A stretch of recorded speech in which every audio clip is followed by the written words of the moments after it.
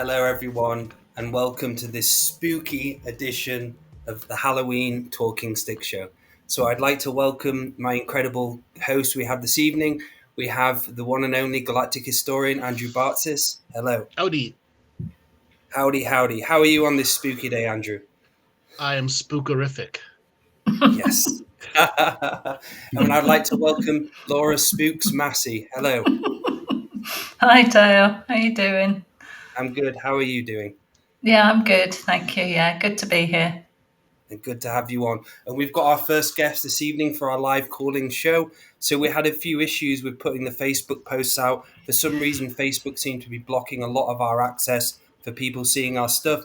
So what we're going to do, we're going to put the invite link into the chat. So if you'd like to be on this call-in show this evening, we'll place the link into the chat and you can come onto there. We'll put you into the back room and we're going to pick probably about 3 callers. So if a lot of people come on, you might not be able to get on this time, but there will be another time you can come onto the show. So before we start, let's talk a little bit about Halloween. Laura, Halloween, what does it mean for you? Halloween means for me recognizing our ancestors. So it's a time, yes, it's a time of thinning of the veil, and I'm not going to go through all the pagan Samhain and all that. Most of us know that. But it is a big time for me to do a special prayer to them, especially my DNA lineage. I have the photos out and on the shrine. And, you know, I think one year I said to you I made them a cake.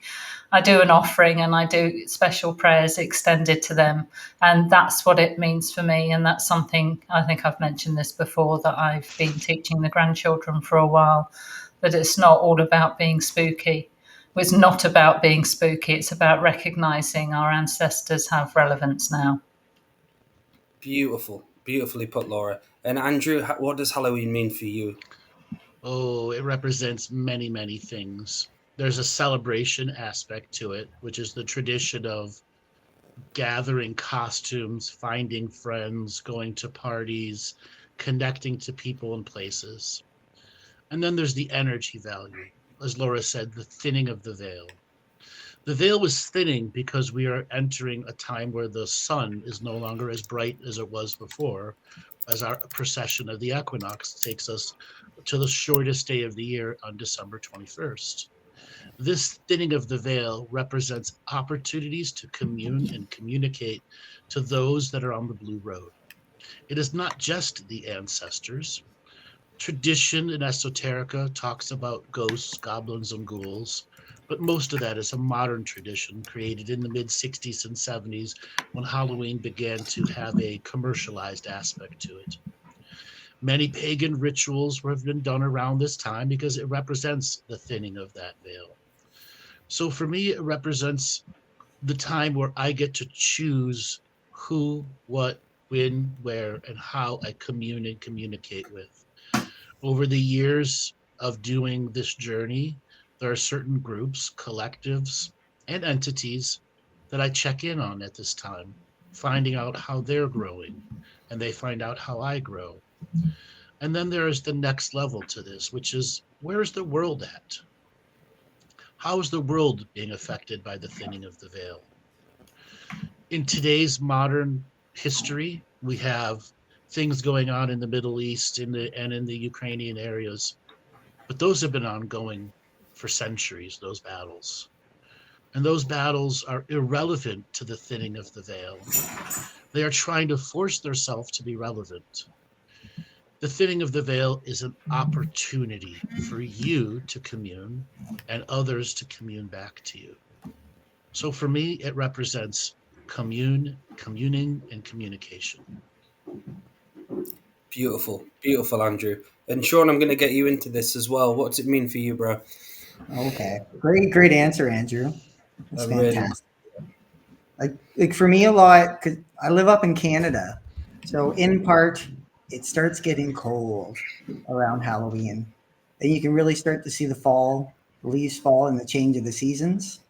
So it's kind of like the end of summer, even though summer already ended and we're in fall, but the warmth is going away and we're really moving into winter. So it's the end of one chapter in the beginning of another chapter. So it marks a really good time to start preparation on what I want next year to come, but also the spooky aspect is fun. There's a big window in front of me right now, and I've been watching people walk by, and I love seeing people in their costumes. I've seen 2 witches and 2 T-Rexes this morning. It makes me smile because it's a day where people can socially transform into anything they want, and it's acceptable for one Saturday Halloween party and October 31st. So it's fun to watch the creativity that comes out and just watch the happy kids get a little adrenaline rush. It's good stuff. So if we ever do a combined therapy on Halloween, I'm going to do therapy as a T-Rex. I'll be a werewolf. I will be in a big puffy T-Rex thing with the short hands doing cranial sacral therapy under the lights. T-Rex therapy. I can see you walking around. Exactly. A whole new mode of healing being created right there. Aren't you always saying, Andrew, that Halloween is more commercially viable than Christmas? That's not the word you use. In the past, Halloween had high sales. It doesn't have the high sales. Christmas doesn't have the high sales it used to either, because of the online shopping journey, which has destroyed commercial retail. So you have, instead of a Black Friday, you have Cyber Monday. Okay. So the dollar factor has been drained because of the nature of society's changes. But at the same time, the younger generations aren't practicing the traditions. Example, where I live at, 10 years ago, or even 12 years ago, right around there, we used to get 45, 50 groups of people come to the house. We might get 3 now. And that's because the neighborhood, the kids grew up and moved out, and the adults are still living here who become seniors. It's the nature of neighborhoods.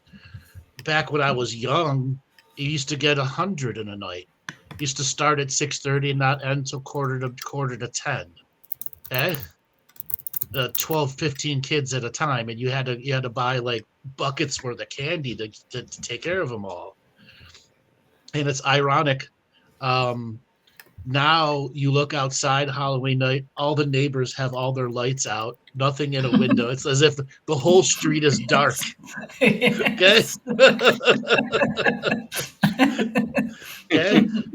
So obviously, every city is a little different, but where I'm at, there definitely is a change in the tradition.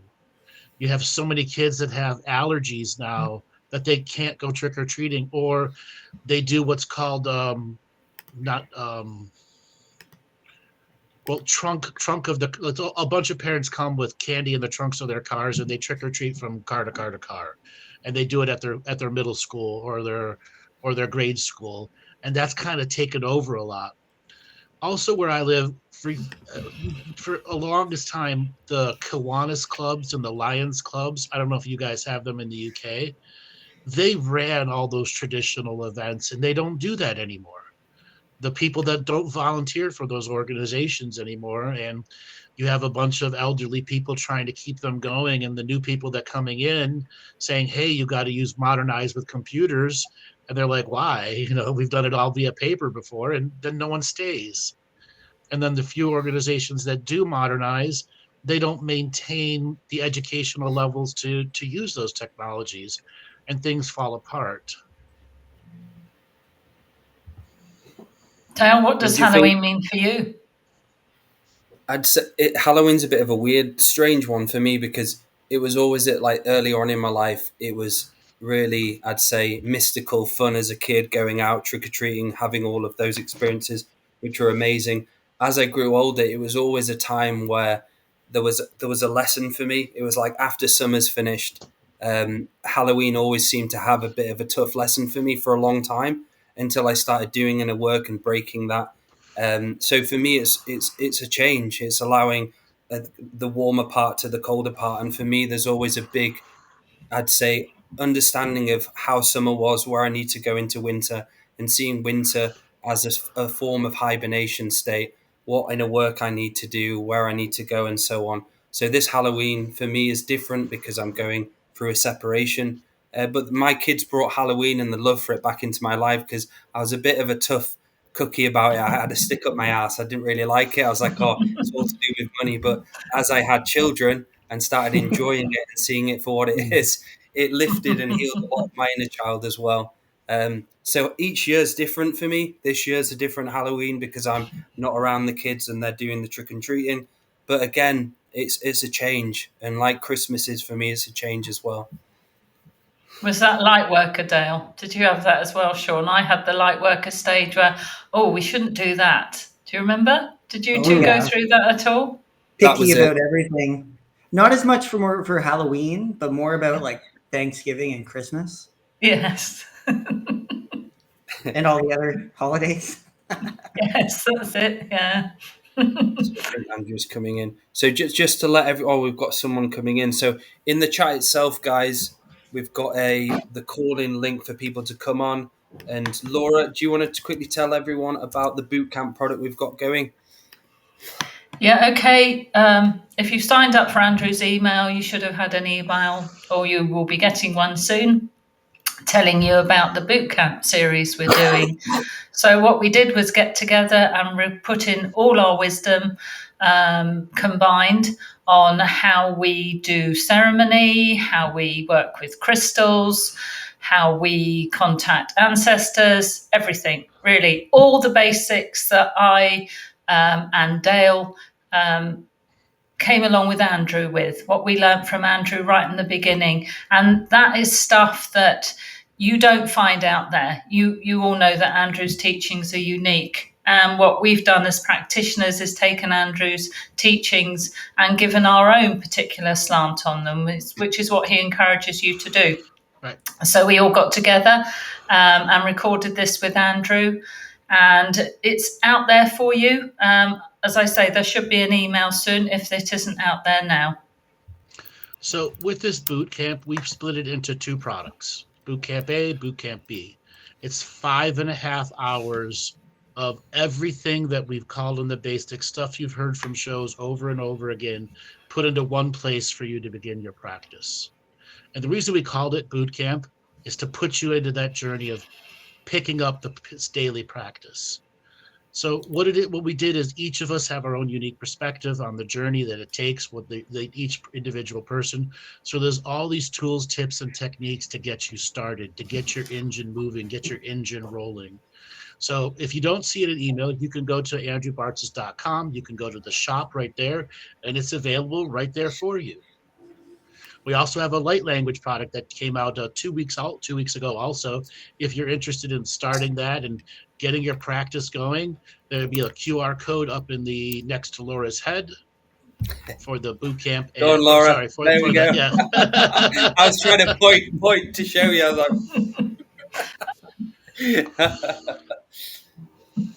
And as well, so for the boot, going to the back to the boot camp product quickly, is for all of those out there who's just new into listening to Andrew or listened to Andrew for a while, listened to us for a while. It's great because it gives you the basics. So if you're kind of stuck about how to do the inner work, the scheduling, the clearing, the ceremonies, and the rituals, it's a starter pack for you. So all of those who want to know where to start, it's great. The great point and the amount of hours and work we've put into that product. It's fantastic for the amount. I think it's $150 for the amount it is and the amount of hours we put into it. It's blew me away. It's $125, yeah. $125. Sorry, Andrew. Yeah. So, anything else, Laura, Andrew, before we go into the call-in? Yeah, just the light worker project is fabulous because it's, if you know, not light worker, light language. But there's an idea. Anyway, the light language product is beautiful because light language is always an algorithm of the moment, an interaction with all the different energies of the moment.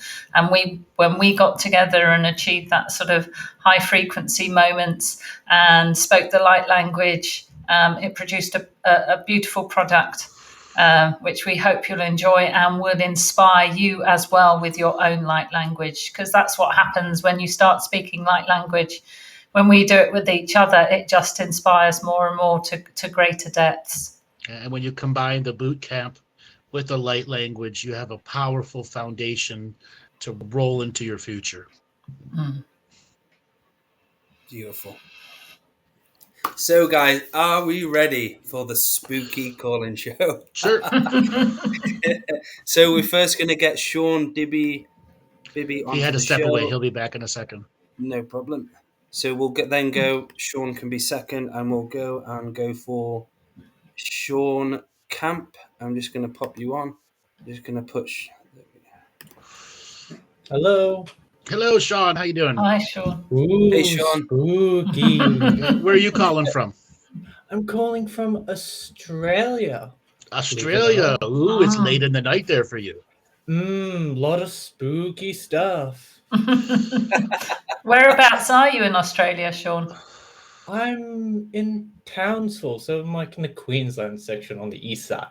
Okay, cool. So, Andrew, how is the Yoga Mom story going? You were listening to the game stream. Amazing, actually. I've created 2 Yoga Mom Mafia stories and 20 Yoga Mom stories. So that's all on the AI writer. And for everyone, the AI training seminar will be Tuesday, November 7th. We'll put up a QR code for that and a link in the description that goes it. QR code is up to the right by Joel. So for all of you that wanted to sign up for the AI training course, all that is there. And then the link will be in the chat in the description also. Now, yes, Yoga Mom Mafia came from, I was reading out Yoga Mom stories. Now, for people who are wondering, what is Yoga Mom? I was trying to get the AI to write stories. So I just put in Yoga Mom, okay? And then a variety of dating, etc., until I refined it to Yoga Mom drama. Well, what it came up with was 3 moms who are in yogas in a studio, going through the entire journey of learning yoga, how the yoga studio has drama in it, little bit of backstabbing, betrayal, and it nailed the community. And I mean nailed the community so hard that the other people that I shared it with who are regular yoga people went, holy shit, this is going to get a lot of people going. And there's an entire redemption arc in it too. Normally that doesn't happen in yoga studios when they have full, psychotic meltdowns. There's a redemption arc. You learn about yoga. But it's going great. We have the editing phase to go. What I read through was literally the raw printout. I literally did it live on the Friday night stream. What did you think of what I read out? I think it was pretty all right. I'm not really versed in yoga or anything like that, but I think its puns were very spot on. Yes. His puns were spot on, exactly. Spot on.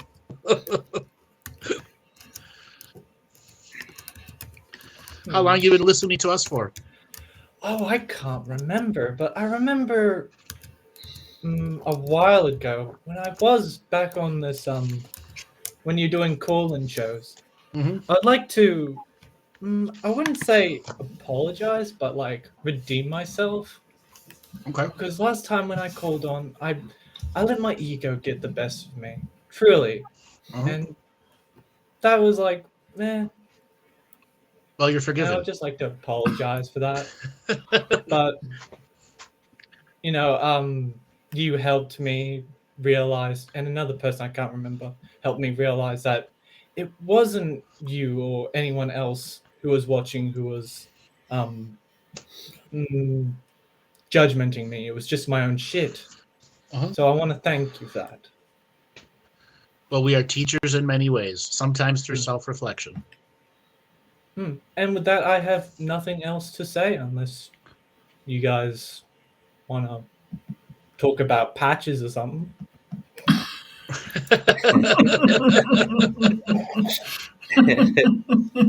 Are you going to try the AI seminar? Oh, I'll have to move some money around, but yeah, I've worked hard gathering money. So yeah, I'll definitely try it out.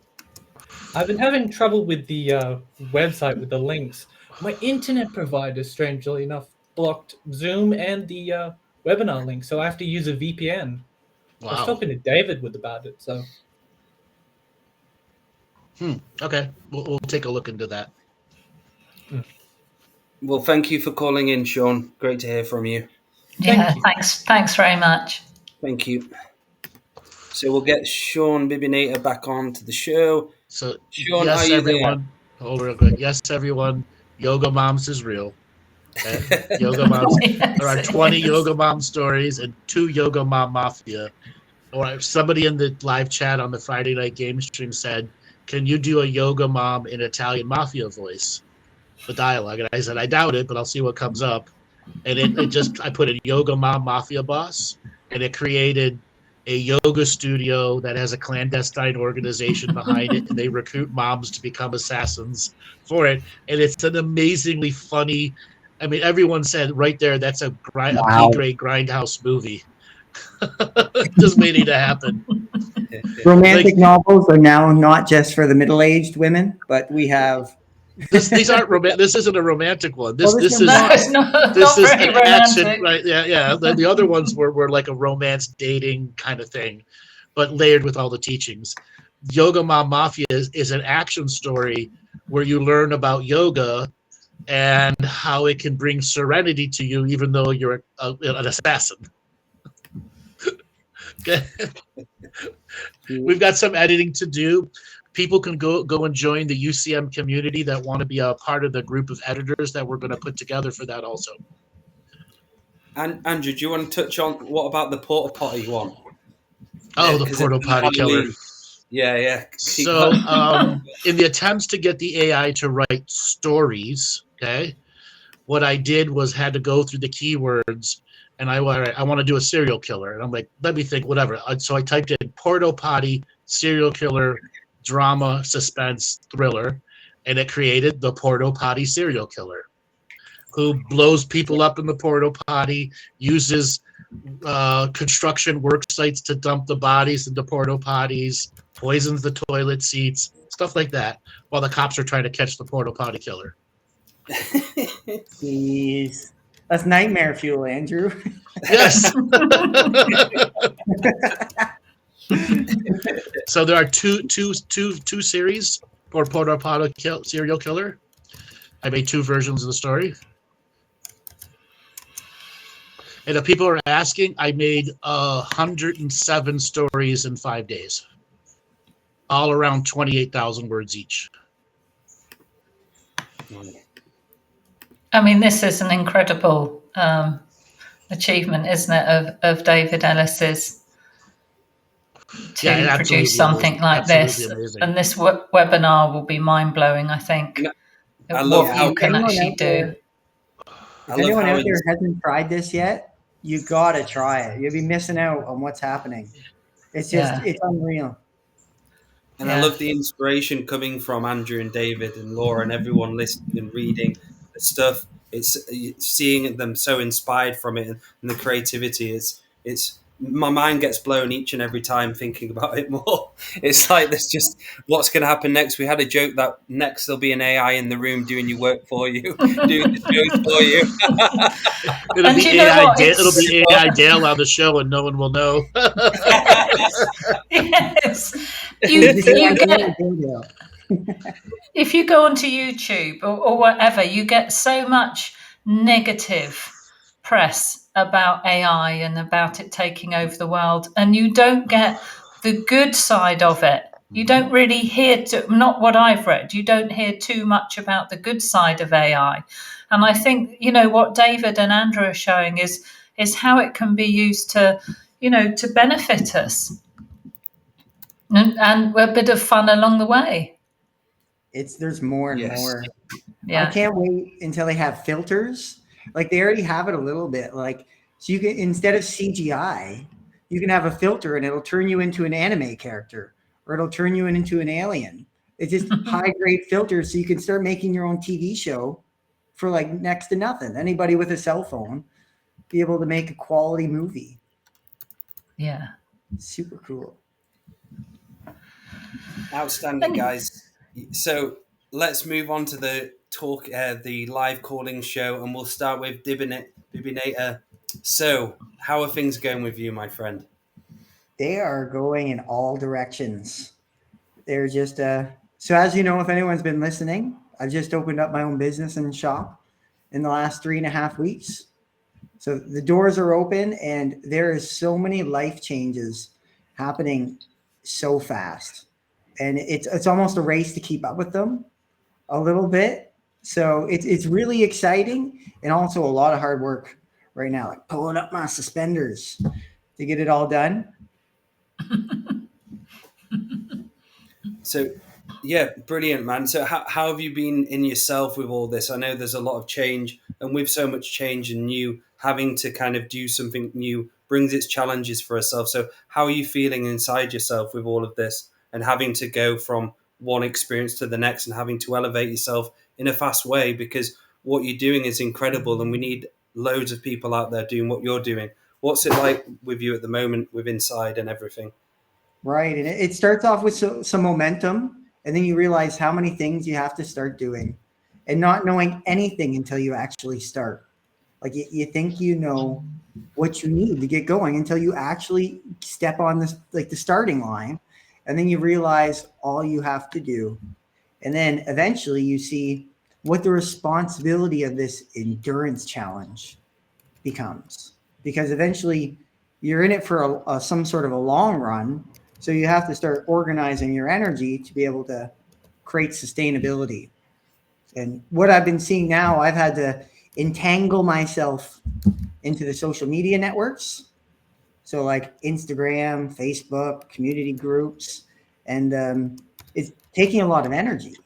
And I really see how it's invading my personal life at the moment. It's like there's a spiritual blending of everything that I'm doing. And like I have to begin the separation process all over again, because a lot of the business has been moving into my personal life, which is exhausting. Yeah, well, that's why I asked, because I'm picking up. It's like there's a need for you to go into silence at the moment and needing to really switch off, separate the business from your own spiritual journey to allow them to come into balance. And that's something I've had to learn throughout the years of how to separate the business to the self journey, but have them in balance so one's not overlaid with the other. Do you get much time for yourself at the moment? Actually, time just to listen to yourself, be by yourself. What's that like for you at the moment with that process? And that's right. It's a bit bogged down at the moment, because just clients come in and I have to book them down, and I have my little schedule. And right now it's a little bit kind of what works best for them and then still just trying to balance the whole thing, like a conversation with the person, and then try to figure out the computer technology at the same time to have it smooth. And so it is taking, like, I haven't been to jiu-jitsu like this week or last week, which is something that I really enjoy doing. And some of my extracurriculars I haven't been making as much time for, and trying to get back into those. Yeah. Make time. So it's like you're not switching off properly, and you having a process of actually saying to yourself, now I have to switch off. And this is something Andrew mentioned to me, because it happened to me a lot, that I was overthinking about work. I was in work. I was always thinking about work, doing it and so on. Even if I wasn't there, I was thinking it would creep up into my mind. So my advice for you is having that time to actually switch off, having a prayer process where you go, right, this is my own time now. I need to switch off from the business, because the more I switch off for the business, the better I will become at business. So having that separation is important. Laura, do you want to add something? Because I know you're going through a process in the morning where you're having time off now and you're separating a lot of your own stuff to the business. Do you want to tell Sean about what you're doing with that? Yeah, well, that's mostly because we're working with people in the USA now, like Andrew and so on. And what I was doing is getting up at UK time and not going to bed till I finished talking to Andrew or David or whoever, 10 or 11 o'clock at night, which was too long a day. And Andrew had always said to me, pace yourself, do a bit less. So I did actually, it's only taken me a few months, Andrew, but I actually realised I could do my own thing in the morning and start work about 2:00 in the afternoon here when Andrew gets up, and then go through on into the evening. So I'm doing a 6 or 8 hour sort of working day and doing what I want to do in the morning, and maybe getting up a bit later as well, which is something I wasn't doing. But I was going to ask you, Sean, whether you have interests outside of work. I know you've got jiu-jitsu. Is there anything else you do that's for you, just for you? Mostly the jujitsu. I like my gym, but it's kind of lost a little bit of the feeling at the gym. Just a little bit worky as much. But that, like, the jujitsu is my main circuit where I'm getting out and doing stuff. And just so everybody knows, I don't get up at 2:00 in the afternoon. They're 5 hours ahead of me. Okay? Oh, yes. I forgot to mention that bit, Andrew. Andrew got over 4 hours. Well, it's right, 4 hours for you now. Andrew, finally. Yes. I forgot that bit. So, Andrew, could you give any advice for Sean? So, I was picking up that there's having Sean to be able to switch off from the work to his own self journey. Is there any advice you could give to him how to balance that more so he has time off for himself and so on? He's gone from heavy study mode to now I actually have to work. Okay? And that is a different frequency for him. Putting what he studied for 2+ years into action. I had a conversation with Sean the other day about his menu of services and then all the extra work that has to be done, getting some volunteer clients to come in so he can try different types of therapies, et cetera, et cetera. And, he knew all about that, but it's just having somebody to reflect off of. But at the same time, when you get home, it's late for you. And TV doesn't do it for the most part, does it? Yeah, okay. And that's it. It's like supper. Got to get the supper made, and then oh crap, I missed 6:30 jujitsu. It's like shit. Okay, so you everything for you coming up is time management. Okay, time management. And if you want jujitsu in your life, you have to schedule it in. You got to go onto your work calendar and make sure at 5:15 you don't have any more sessions, which gives you enough time to clean up, get ready, go.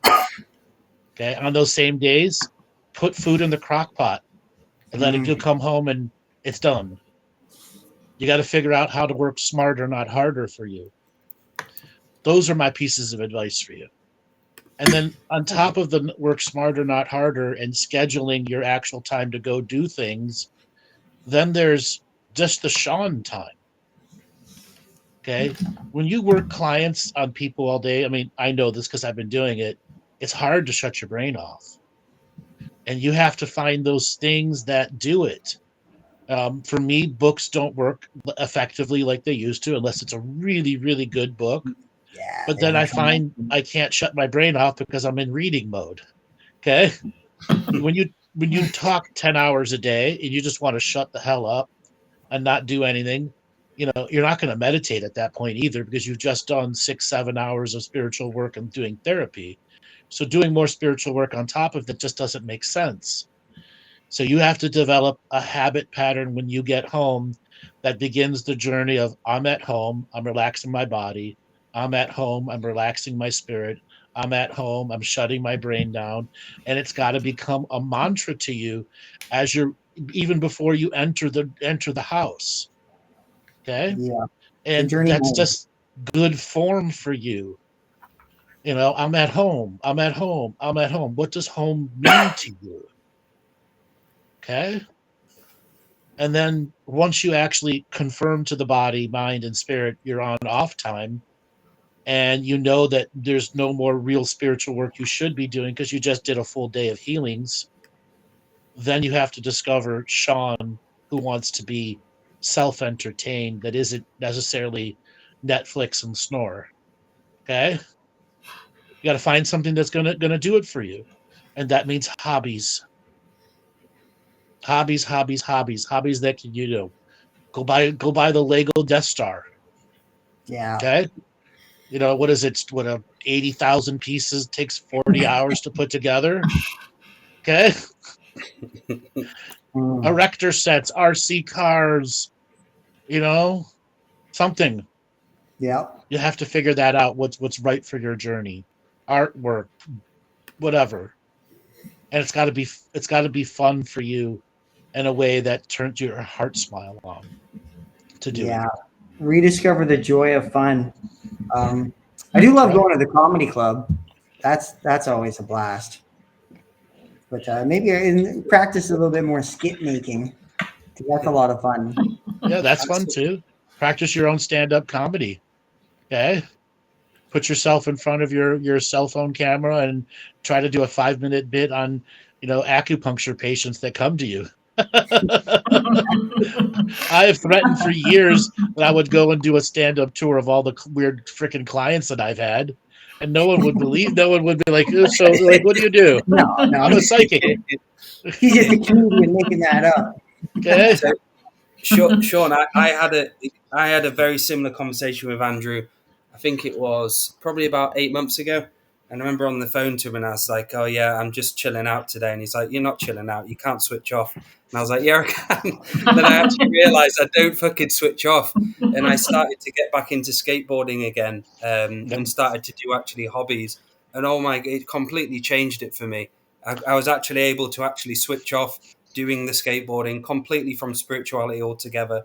So I've been exactly where you've been, Sean, about a year ago.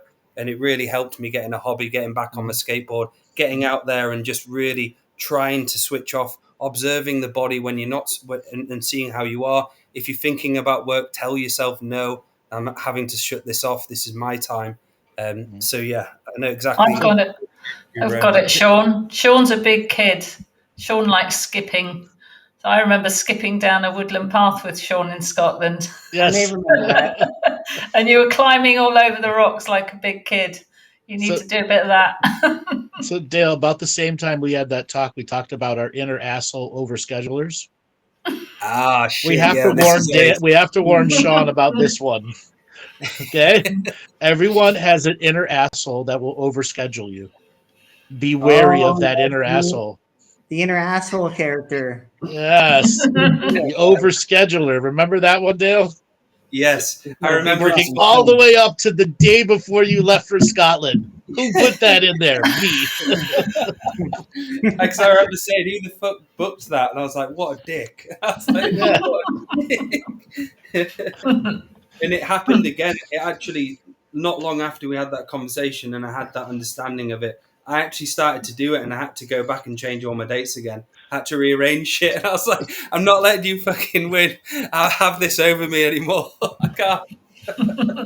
I've got to have a life." Dale and I had such a hoot of a laughter and talking about our inner assholes overscheduling us. Oh, of course, the inner asshole. Yeah. Be wary of that inner asshole. He holds lots of power over your schedule. Yeah, waving a big pen around all the time. Yeah. And it actually it feels normal now, like having days off. Before I felt it was hard, but now it feels great. And I know those days off are just as important as the work. The work and the days off, they're exactly the same. Before I had work up here, but I see them both equally now, because without those days off, I wouldn't be as good as work, and I wouldn't be able to do as good work, and so on. So it's about seeing all the balances and in-betweens and ins and outs. Laura, do you want to add anything else before we... No, we've been there, you and I, with the sort of almost the spiritual, the light worker martyring of I must do this, I must get that done. And it's still a little program that I think I've done most of it, but Andrew will always... As Andrew says, Laura, yeah, but you have to learn to call yourself out on it, don't you? And once you recognise it's there, then you once you're aware of it, that's most of the battle anyway. Yes, me and Dale have an inner asshole. Laura's got an outer do. Yeah. Yes.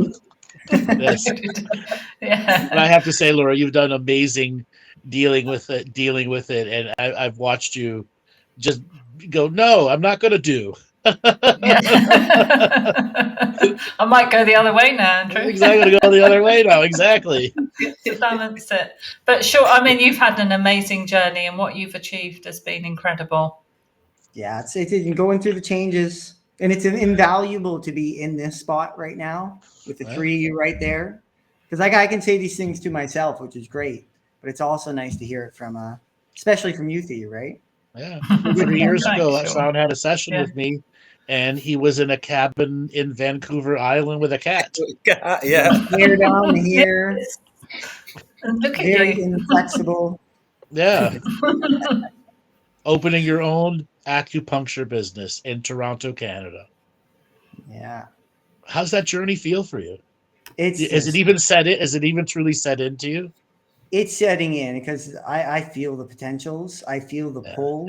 There's a huge pull, and it's just getting the balance right because like just the social medias worm their way into your cell phone really good, and so that's like a big detoxification has to come from.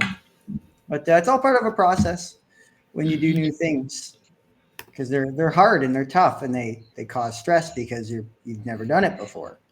And sometimes you got to go through the growing pains and then take some off and take some time off and do some little activities. Right. Guys, I have to let you go. I have got sessions to go and do, but I bid you adieu, and may you have a powerful call-in Halloweeny show. Thanks, Thank you, Andrew. everyone. See you later. Later, guys. Bye-bye. And I think I'm going to drop off too, guys. Yeah. No worries, Sean. Thanks, for Sean. having Thank me. you for calling in, bro. Pleasure. And Thanks we're for proud coming of you, in. man. You're doing great Yeah. work. We're proud of you, bro. All right. See you soon. See you soon. So we're going to get on next. We will go with Matthew Relic. Hello. Hello, Matthew. Can you hear me okay? Hey, sorry about that. Can you see me? Yeah, do you want to take the video off? It might be better with the video off. It's a bit glitchy. Sure. Yeah. So where are you calling from? From just moved to Washington, Vancouver, Washington. Yeah. And how are you finding the show so far? I loved it. I really relate to what the other guy was talking about. I'm kind of starting my own business right now, and I'm kind of going through all the woes of getting started and what I want to do creatively, and just fighting procrastination and just trying to do it. Actually, today is my first photo shoot, so let's see how that goes. So tell us about your business then, Matt. Are you Matt or Matthew or Matthew? Whatever rolls off the tongue, Matt or Matthew is Okay. totally fine. Tell us about your business, Matt. Sure, yeah. So I sell, I do a couple things, but the first thing I do is I sell vintage and kind of antique gun parts on the web. And I'm trying to get into some digital media content. And I'm actually just partnering up with a biodegradable kind of machine oil startup. I'm gonna start doing some of their marketing. And, we're about to roll out some Instagram pictures today, actually. So I've been fighting with all this technology and stuff, but it's been a lot. It's been a whole buildup. I've kind of been coming out of like an 18-month, I don't know what you would call it, like a protracted kind of tower moment, whatever you want to call it. You know what I mean? But so when you getting the technology, Sure. Did you say fighting the technology? Oh yeah, I was having some tethering issues the other day. It took me like all week to get that straight, but So I got it all fixed, and that's good. So Matty, what's your spiritual journey like? What type of work do you do on yourself in the spiritual sense? Well, I'm mostly physical, like the gentleman. I wrestled for 8 years, into jujitsu. Actually, it's one of those things I've been fighting is I hurt my hand about a month ago. So I've been, well, kind of nursing that, but just kind of having to, force myself to get the business started.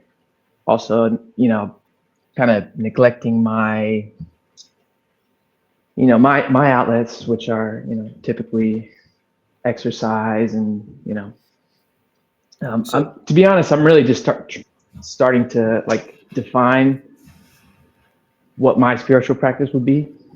So that's what I'm trying to get to, because as I'm reading you, it's like you've got loads of, I'd say, keys, but you don't know which key is the right key to put in the lock to unlock the door. And it seems to me that you've lost the inner voice of who you are, and there seems to be so much going on externally, especially other people around you. It's kind of like you're lost in the midst of the storm. So, do you have any time alone for yourself, or any out time where you can actually listen to who you are, understand who you are, and start making, I'd say, plans to start growing spiritually? Yeah, that's. I mean, I have plenty of time. I just, I felt this like kind of nagging, like a time crunch almost.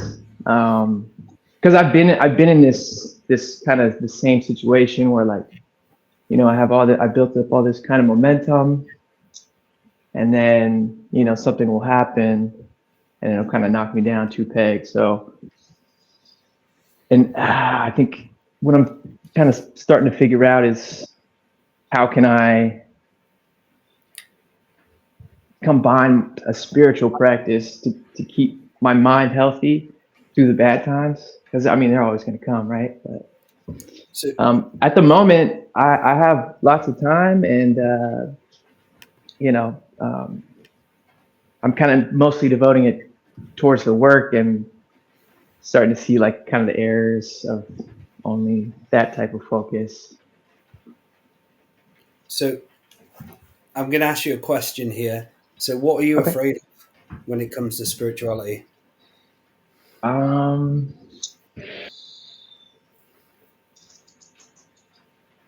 Stagnation, the same thing over and over. Well, that's not. Okay. What am I afraid of? So I'd like you is just to go into yourself and actually connect to the heart of you, instead of coming out the body. Actually focus on being in the body and ask yourself that question.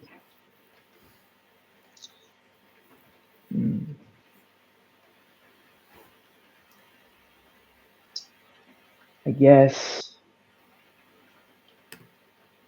I'm afraid of,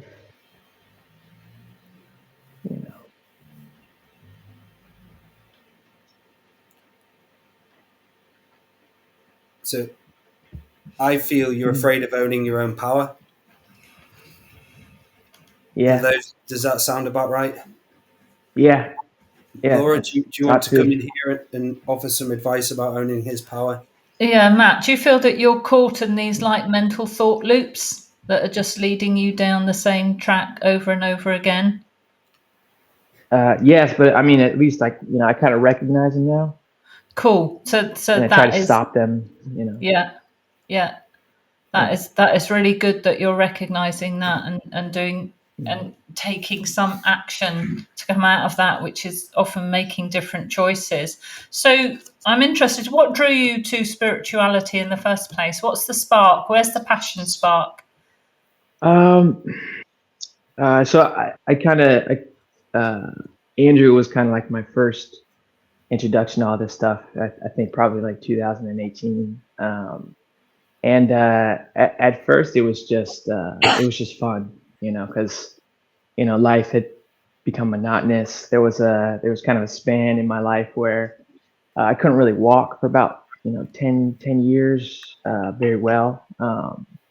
And I grew up being very physically active, and an injury kind of just kind of took, I don't want to say it took everything away from me, but it definitely kind of blocked out a lot of the my best aspects that kind of got me got me through. But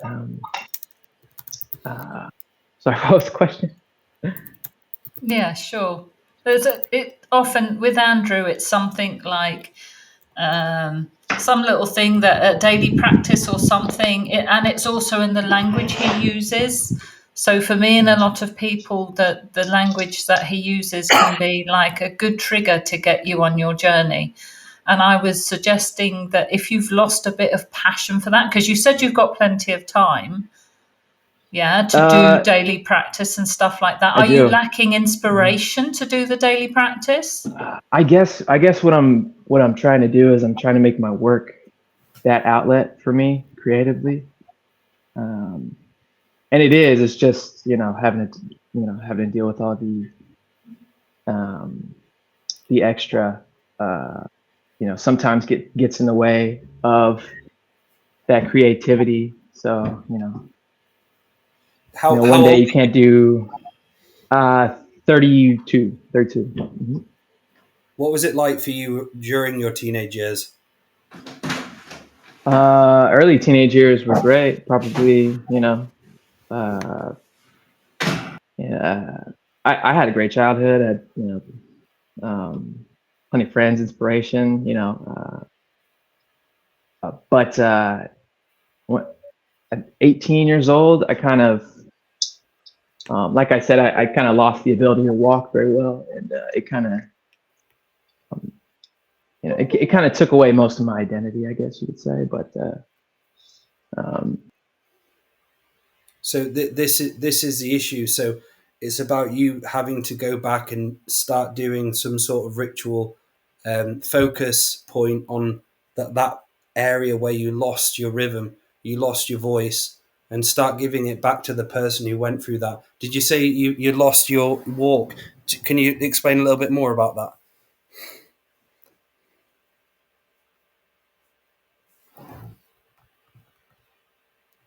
Are you there, Matty?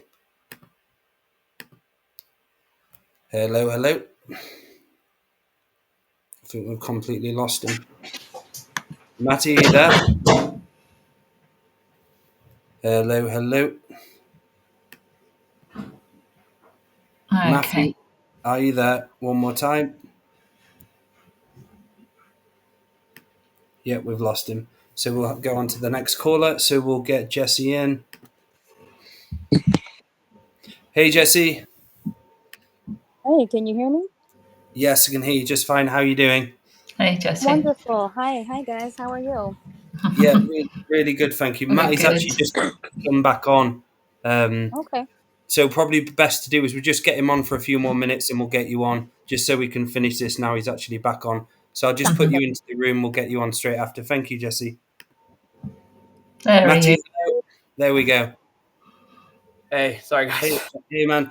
So did you say you had a problem with your legs? Did you say? Yeah.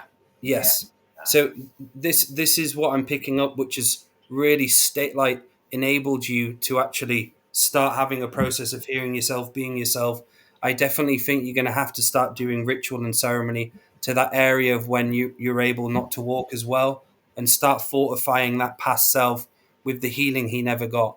Because innately as a soul, you actually thought, right, this is it, my life's over, and I'm going to give it's kind of like you started going out your body more, and you started going into these different mind loops from that trauma. So it's all about prayer now for you. And Laura, do you want to give a demonstration for him, so for some prayer to actually allow him to be here and understand how important his presence in the body is? Yeah, the sort of thing I would be saying, Matty, is something like, I in this ever-present moment reconnect any disconnection I have between my body, mind, and spirit, and I reconnect the connection between my left and right brain and my heart. And I'm going to divert a bit from the prayer because I just want to explain a bit. I think some of you, because of this trauma, has got a bit discombobulated and, as Dale said, out of the body. And I don't know if you've heard Andrew's heart meditation. Yeah. Great. Have you practiced that one at all? I haven't. Okay, so that might be a really good start, because what I'm seeing is a bit like Dale is the need to get you back together in the body fully and get your full soul and that sovereignty back behind your heart. So you're in the driving wheel of your heart.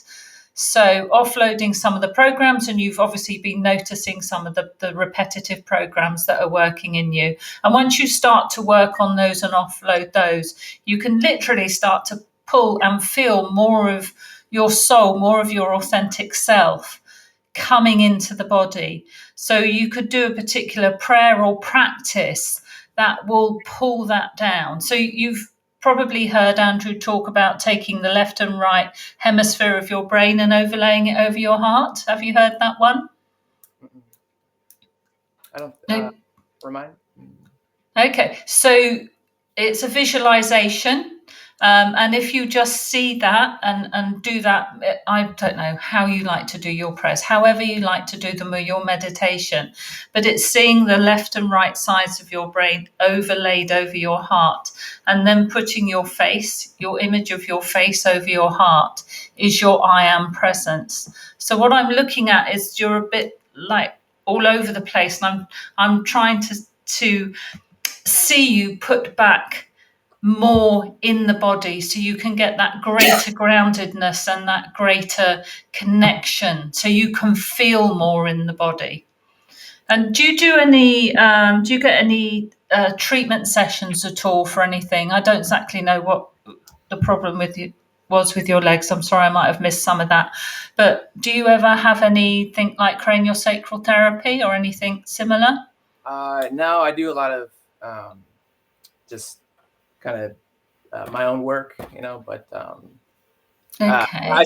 I saw doctors back in the day. They didn't really do much for me. So No, I can quite understand that. But something that works with the nervous system and cranial is brilliant for pulling you back into your body. Have you heard of craniosacral therapy? Yeah, I have. I'm not. I don't. I mean, it's myofascial is the tissue in between the muscles. Yeah. And I assume it's just like stimulating those kind of trigger points. And I've had experiences which I thought were myofascial, because I was pretty up when I was a kid and young adult or whatever. But I've had moments of just a lot of release with that type of stuff. But. Yeah, I mean, I think you need at least to go on 3, and you'll need a lot more than that. I would suggest getting a good craniosacral therapist. If you can get an up-ledger craniosacral therapist, honestly, that's going to help you a great deal. Or anything like massage. I mean, you're not short of time from what you said. No. So I think it's investing in you're already doing some spiritual stuff. But to go too far down the spiritual journey without addressing your body and that mind connection to your body, I don't think will help you. I think you need to get this bit more together and before you continue too much further down the spiritual path. Is that something you can see, Dale, as well? Yes, it is. Perfectly put, Laura. What I'd like you to do is I'd like you just to repeat some words after me, Matty. So I, Matthew, in this moment of the now, I focus to my body. I focus to my body. I am a warrior. I am a warrior. I ignite that inner warrior of who I am. I ignite the inner warrior of who I am. So I can speak from my heart again. So I can speak from my heart again. I can open up to others. I can open up to others. I love myself. I love myself. I call to the grandmothers to come into my heart. I call to the grandmothers to come into my heart. And form a circle. And form a circle.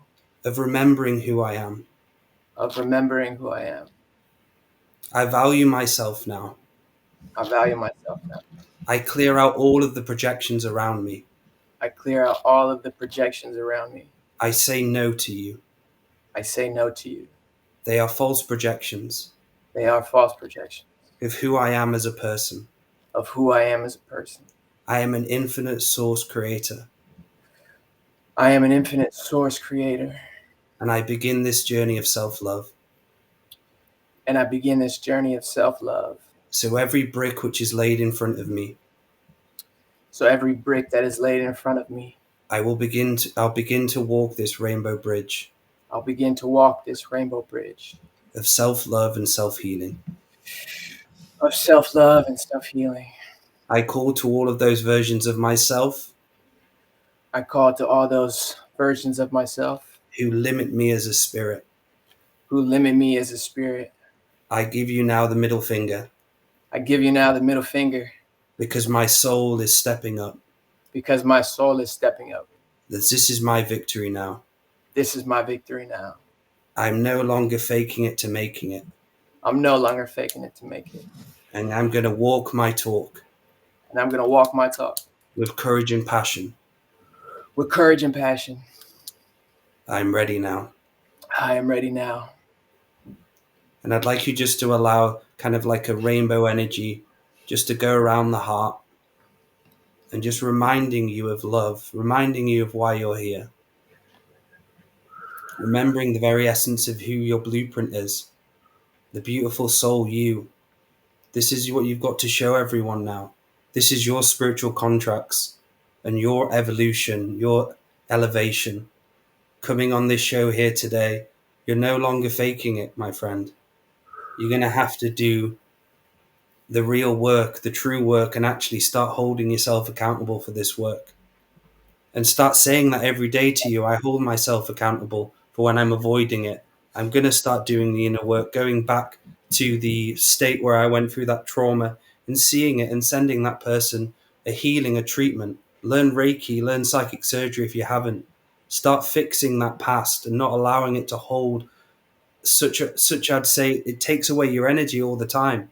It's like you're there, but you're not there. And this meekness comes about you back and forth like a pendulum. But you've got to remember how beautiful you are, brother.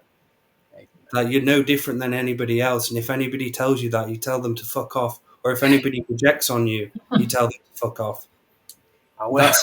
Yes. Anything you want to add, Laura? Yeah, just like a daily prayer practice. Yeah. Just keep it really basic for the moment, a daily prayer practice, and you'll be able then it will teach you to find your voice more, to find that inner voice and that connection. And yeah, obviously the fetus in the womb work, and also overlaying that image to your heart as well, so you can get more of yourself connected. Because as Dale said, you're a powerful soul.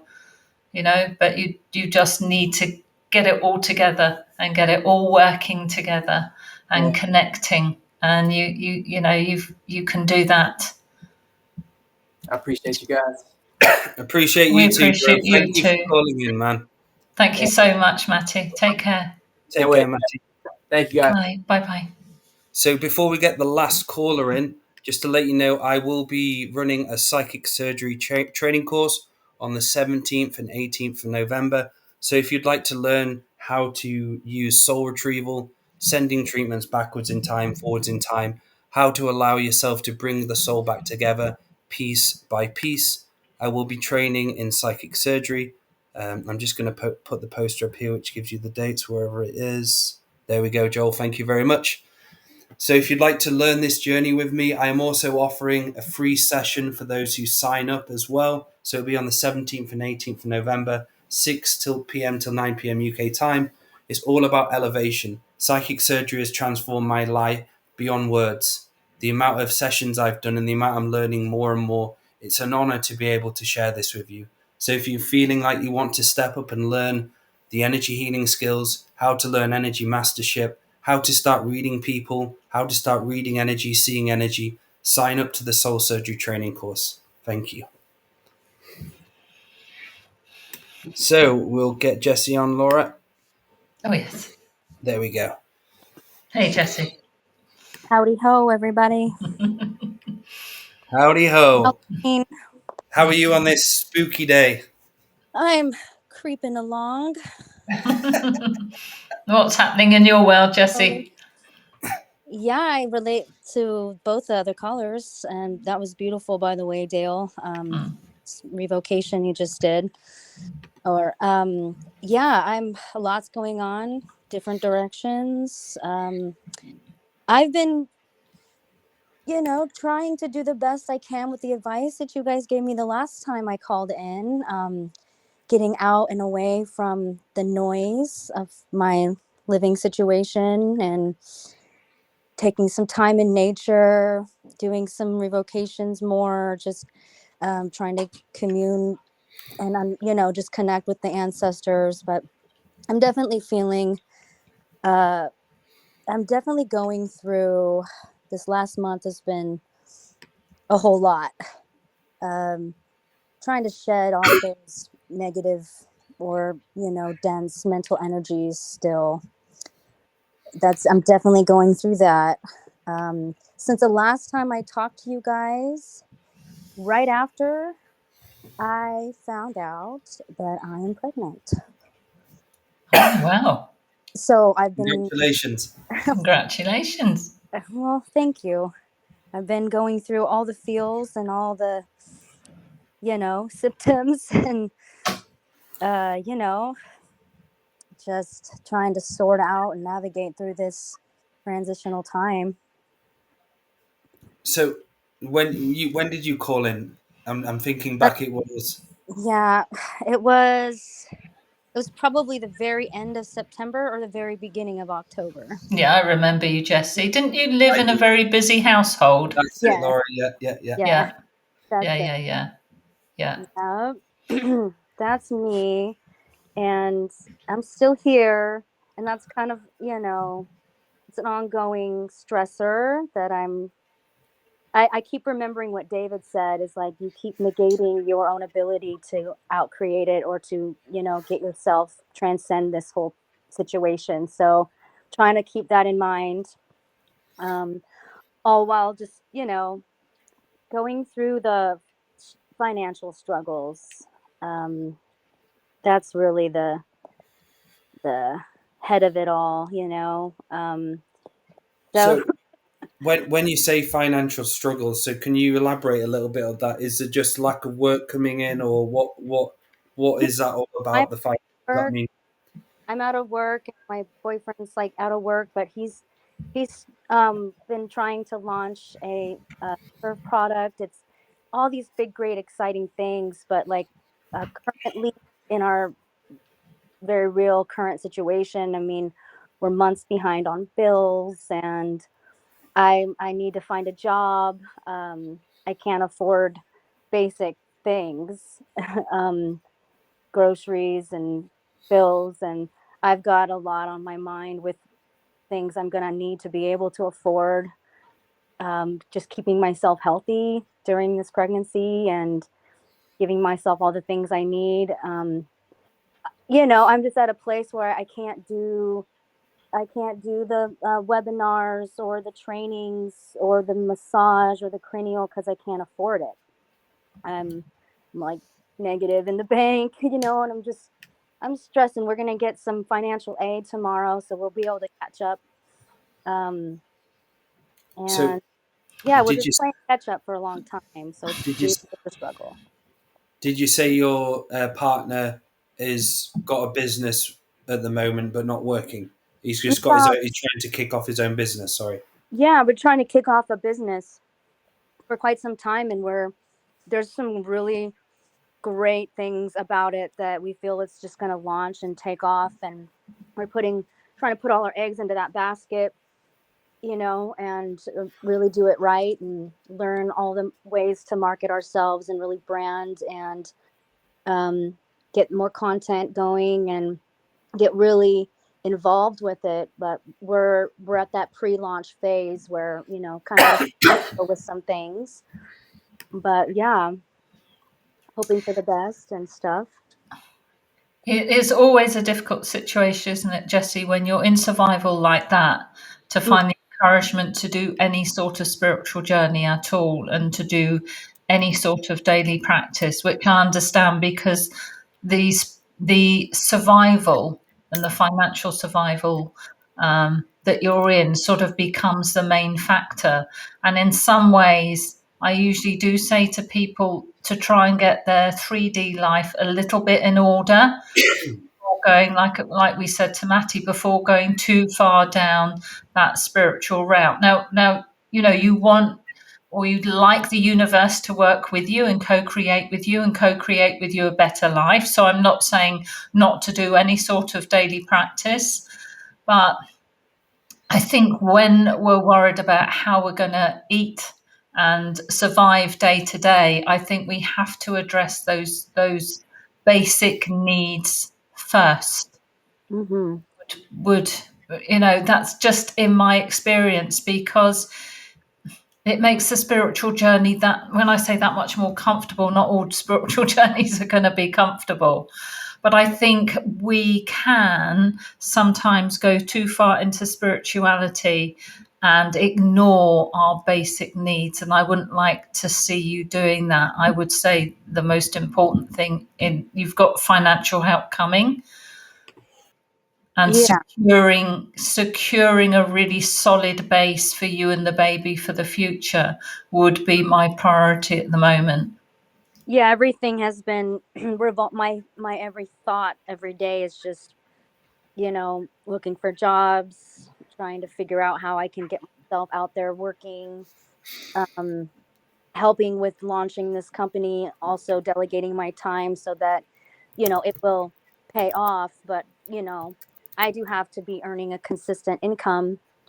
And it's just been difficult with going to school full time and trying to then realizing that all this is happening. And I am in that survival mode for sure, trying to meditate mostly on what I do to get financially stable and secure.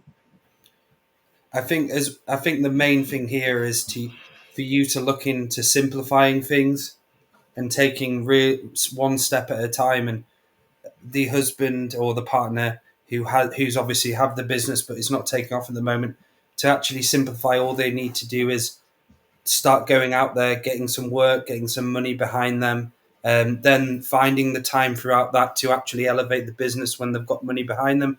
Because the situation is, you've got a child on the way, and like Laura said, this isn't about spirituality now. This is about 3D stability, and what you want to bring this child into the world with. You want to bring the child into the world with stable parents who are working, who have a job. Then the business can come alongside that work. Say if he works for a year or whatever, and you can put a bit of effort here and there into part-time of the business, then the business will take off eventually until there's a balance where he's making money from that and the business. And he has to leave the job and go into his own self-employment. And I think for you, it's finding jobs out there where you can do online, or you can do emails or something like that. Just something where you can both. I know how far are you in the pregnancy? I'm really early still. Yeah. I still haven't had my initial appointment, which is November 20th. But yeah, I think I'm 10, 11 weeks, somewhere in there. Okay, so you're quite early. Mm-hmm. So yeah, that's what do you think, Laura? The best advice here for is just using simplicity as they need to find stable work. They need to balance the 3D, and that's the most important thing here. Yeah, you've got to get some security and some stability behind you, because I said the tendency is maybe to turn to spirituality and in the sort of hope that the universe will deliver you from this situation. I'm not saying you're doing that. Some people do that in this situation, and that really is not the answer. This really is a time that you've got to get some grounding, some solid ground underneath you, just in the 3D life that you're living. That is an absolute basic requirement for you at the moment, and the baby, to take care of yourself that way. If you can add in some daily prayers, then fine. If that helps you, I'm sure it will help you. But don't make your spirituality journey your focus at the moment. Making you baby secure should be your focus. Yeah, most definitely. Yes. Thank you. And yeah, like Laura said, direct those prayers at it, as well as you're doing the 3D. Pray that you need to find stability. You want to find a job, get your husband working in a full time so he's got good income coming in. The thing is with the bills as well is it's having, like, allowing them not to have such an effect on you is very important for your growth, your relationship, your child being brought up. Because one of the things I dealt with was lack. My parents always arguing over money, arguing over bills. You've got to realize that the bill is a bill, and it's not going to change you. It's not going to put you in a prison. And that may be some inner work for you to do. And seeing that when you do get stability behind you, you do get work behind you, money, you'll be able to start paying those off. You will get in a position where you've got money. It's happened to me before, where I've had bills to pay, I've not had a job. It's all a matter of you using this time to graft now. Yeah, and this like financial stranglement has been kind of happening for way too long, so it's becoming exhausting. You know, and I know I enrolled into school. I had started a business, but it kind of failed, and I had to pull out and cut my losses, and you know, it got me further behind. And like in the position that we're in right now, I'm going to be the only one who's able to get an actual job on the books. The way that my partner is taking his business seriously is that he wants to do it full time and just go straight into making it his income. He's just not of the mind to be getting a job on the books at this time, but he does have a strong work ethic. So if something came up that was under the table perhaps, and something on the side, and I know he's doing some new things with his business, like starting some personal coaching and things like that. So yeah, I'm just So that in itself, what you're saying there, have you ever heard of Andrew saying "suck it up, buttercup" moment? yep. Maybe, Yeah. yeah. So as you're saying that, it just feels like there needs to be a suck it up, buttercup moment with him to actually realize he's got a child on the way. If the business isn't right in the next 2 months and it's not making over 1,000 or 2,000 a month, he's going to have to get work, maybe part-time work to go alongside that. And some people, when they start a business, you're not just going to go into business. My business took 3 years to take off. I had to work alongside my business for a long time to support it. When you go into business like that and you expect the business to take off, you're going to have money straight away. It usually works against you. And like Laura said, you have to actually use the three-dimensional stuff to your advantage here. Because I've been there. I've been working, doing my business, and to the point came where I'm like, holy shit, I don't have to do my work anymore. It's all business. But it's not going to just, the map's not, it's not just going to be outlaid for you. And that's, what do you think, Laura, with that? Yeah, absolutely. Yeah. I mean, there's the responsibility here of the baby. So, and you have a responsibility to yourself. And as Dale said, as the father of the child. So some of these other things can wait. Your priority now is taking care of you too, you know, and getting stable ground beneath your feet. Absolutely. Yeah. That's the priority for me. All the other stuff that, you know, spiritual journey and, you know, whether you can afford to do courses or not at the moment is irrelevant. You've got to get yourself into a better financial place, and then look, because it's much more comfortable looking from that position at other things and running a business when you've actually got a bit of money behind you and you're not in survival. Right. And yeah, we just, my only truck just broke down. There you go. That's even more confirmation there that he needs to get a job and maybe get a full-time job, put a few hours into it until it builds up to a few hours, then it can overbalance. But that's it. I've been there. I've had to work my ass off. When I wasn't doing the spiritual stuff, I had to work 50 hours a week constantly. If I didn't work those 50 hours a week, my family I wouldn't be able to feed the family. I wouldn't be able to pay the rent. I wouldn't be able to give the kids any sort of life. I had to work literally 50 hours to do that. And that's unfortunately the truth of the world at the moment. And I do hope the business will take off. But I think for now, it's just about having the responsibility to get a job. And for those listening out there who are in the same position, you have to work. You have to have some sort of income coming in. For me, having that income changed me as a person, because it completely changes you, Laura, doesn't it? Having that income and that frequency flowing, like coming in and out. Yeah, absolutely. It's just really good for your mind, body, and soul well-being to actually earn that and support yourself with that. And then, then your mind is freed up. But the moment you're a bit in chains, you're a bit bogged down in all this, how do you manage and trying to do the spiritual stuff too? Because obviously, since we spoke last time, your situation's changed with having the baby. So I think that's, I think that's the best advice we can give you at the moment, Jessie. Yes, thank you. 9 people going on 10 in this house. Who are you living with again? Is it family? Yeah, it's my partner's family. Yeah, so the goal would be to have our own house. I mean, it's sad that I can't have my own nest to prepare my child in, but that we will get there. We got to put that work in. The hard part is really the situation with him getting a full-time job. It's just going to have to be, hopefully we can find something under the table, because his wages will get garnished, and that'll just defeat earning anything. It won't be much of a paycheck. And so it's kind of a holdup.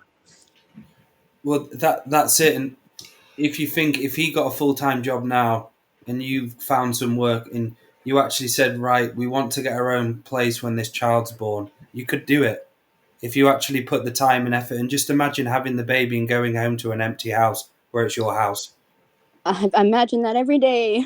There you go. And that dream's available to you, but you have to be, as Andrew calls it, the suck it up buttercup moments. You have to go through them, the ego deaths, where sometimes you have to get a shit job in order for you to survive. Then eventually you come out of that shit job and you get a better job and a better job. Yes, I'm prepared to take most any job right now. Yes. I'm willing to, do whatever. I've thrown in an interview or two, but I've got to up the ante a little bit.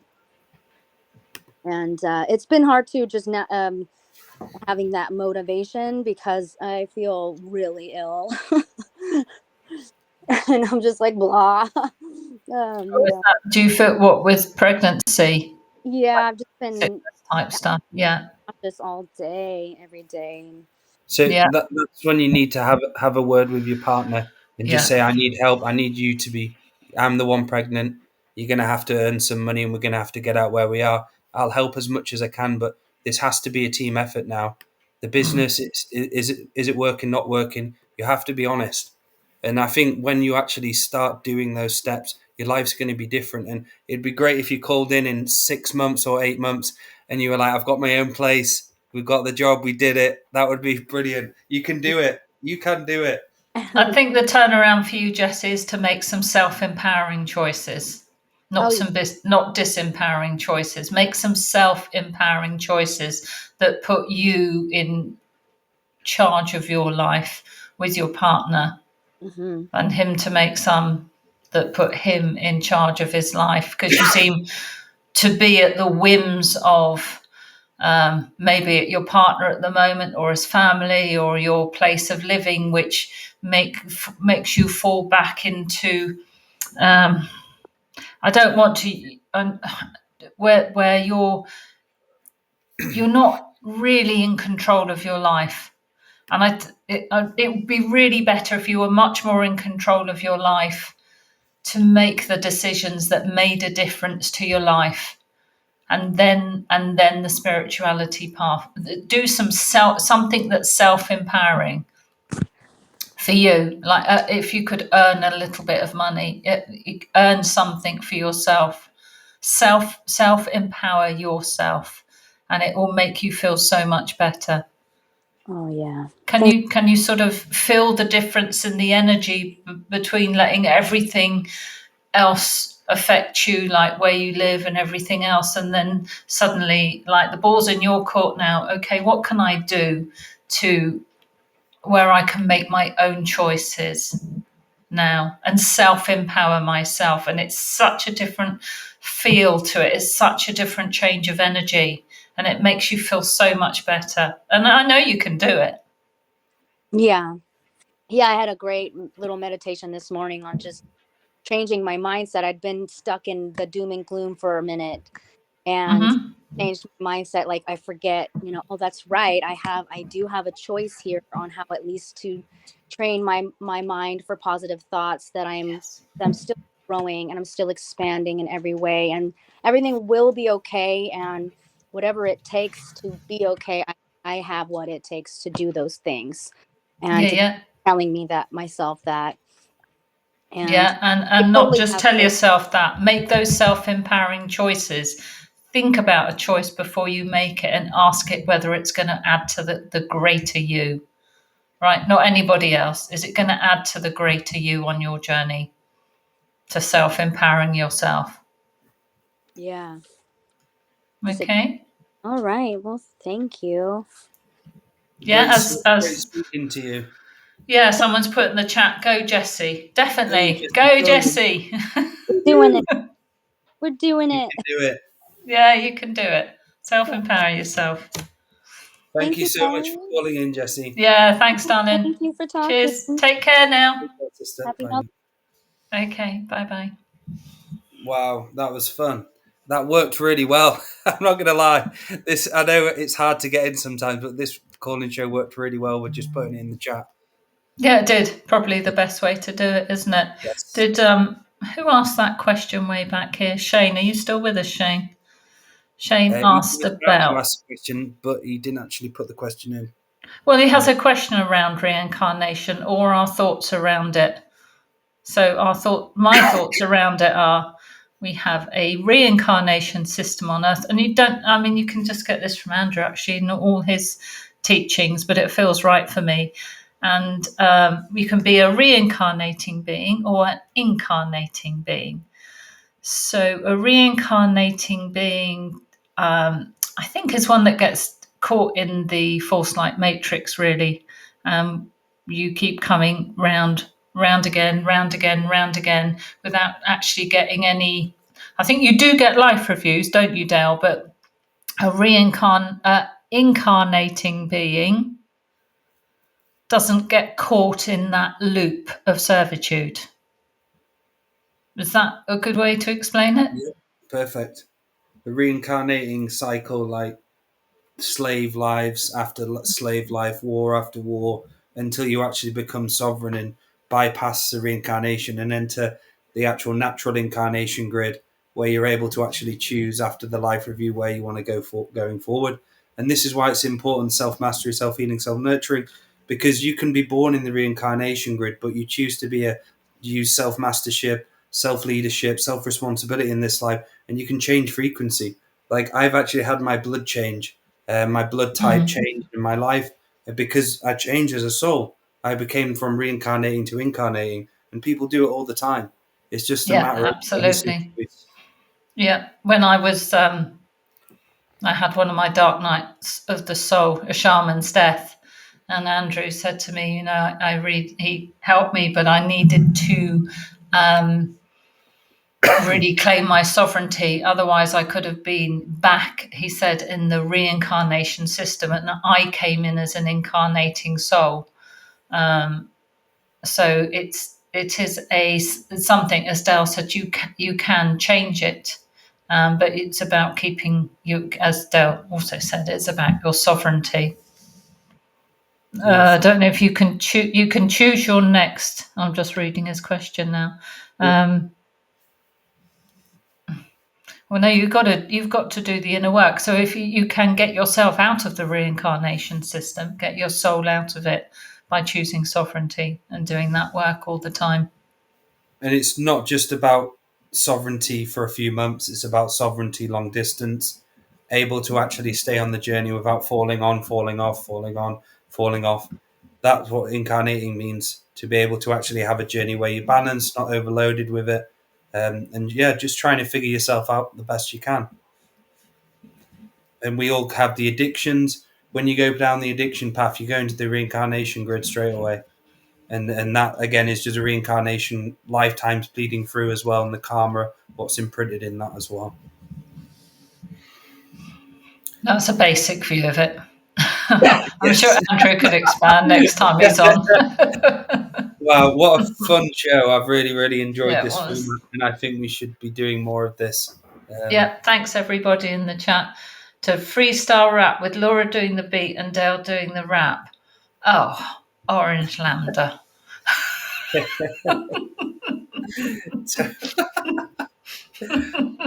don't know what to do here. No, I think we're going to say no. Go on, Laura, you do a beat. I'll try. I'll give it a go. A rap beat. Yeah. You do know I'm a baby boomer, don't you, Orange? I don't know, just go. Do you back? Do you go? There we go. So here we are on Talking Stick Show.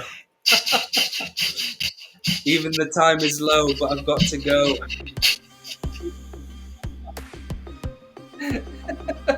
There we go. That's all I can do, because I'm just going to break down crying because I can't rap. I'm sorry. That was a challenge. Thank you. Yes, I gave it a go. We gave it a go. Yeah, you come on and do one next time. Next time, yeah, you can come on and do one. I just want to say as well, for everyone who supported this show so far, we really appreciate all of your support, all of those who've watched all the shows, and the elevation of Talking Stick, the elevation of Andrew's new teachings, and all what we're doing here. We thank everyone for your support, and all the comments, all the likes, all the shares.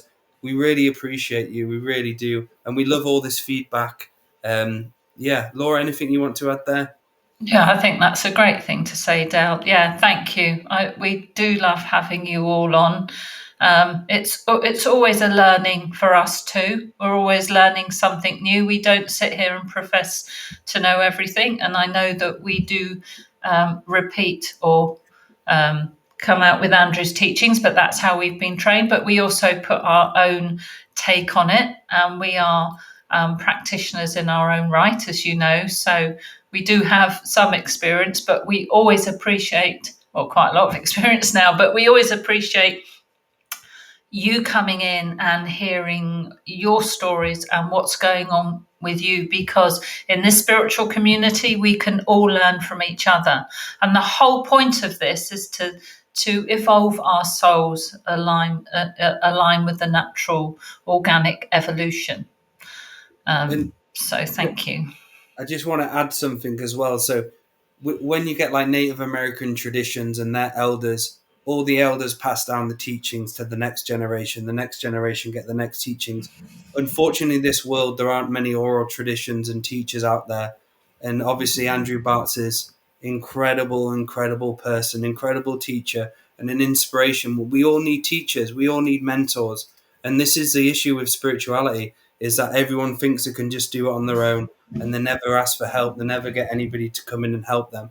It's important that we find people who can actually elevate us. They don't want to be in competition with us. They want everyone to elevate each other, because that's all we're doing here. We're not in competition with each other. We want you to be the master of your own reality. And here we are. We have Laura, Andrew, David, Amy, all these incredible people around us who can help you. So if you're out there and you don't ask for help, maybe it's time to start asking for help. Maybe it's time to talk to someone, because asking for help is one of the most strengths you can ever have. And it's something I had to learn for myself. Asking friends for help, going to sessions, asking the universe for help. It's important, because we're human at the end of the day, like Laura said. We're only humans. But again, we've got all these great teachings of Andrew's out there, the revocations, all of the thousands of hours of YouTube stuff, all of the galactic history there for us to work with. We've actually got an elder here, Andrew, and all the elders around us. We've just got to see him that way again. Cooperation, not competition. So, yes, we love having you all coming in, and thank you so much once again for your support. Yes. And we will be back on Thursday with a show. We don't know what it is yet, with Andrew doing. Mystery show. Another mystery show. And next week, Talking Stick. I'm not sure what we're doing then either, but yes, we look forward to that. And we're doing the combined therapies in York again in January. So anybody who is interested in that, please email me, Laura2feathers with the number 2 @gmail.com, or I'm an ancestral medium. If you'd like me to take you to your ancestors' fire, then come and book a session with me. Dale? Beautiful.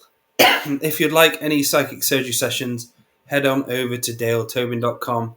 If you're feeling stuck or need someone to come in and give you a hand and give you some many hands as well, go onto the website. And again, just going back to that combined therapy, if you're thinking of elevating yourself and going in some real in-depth healing, come on over and try it out. Some of the results we've had are just mind-blowing. From the deepest traumas of getting them out, going under the light and the mat, and the combination of going back-to-back therapies is just, it's another level. It really is. So yeah, get in touch with Laura if you want to come visit us in January. The man himself, the Galactic Historian, will be with us in January as well. And we've almost got the first week already filled up, Yeah. and we'll be rolling on to the second week as well. So drop Laura an email. And again, thank you everyone, and have a spooky night. Oh yes, yeah. Enjoy. Ah, ah, ah, ah.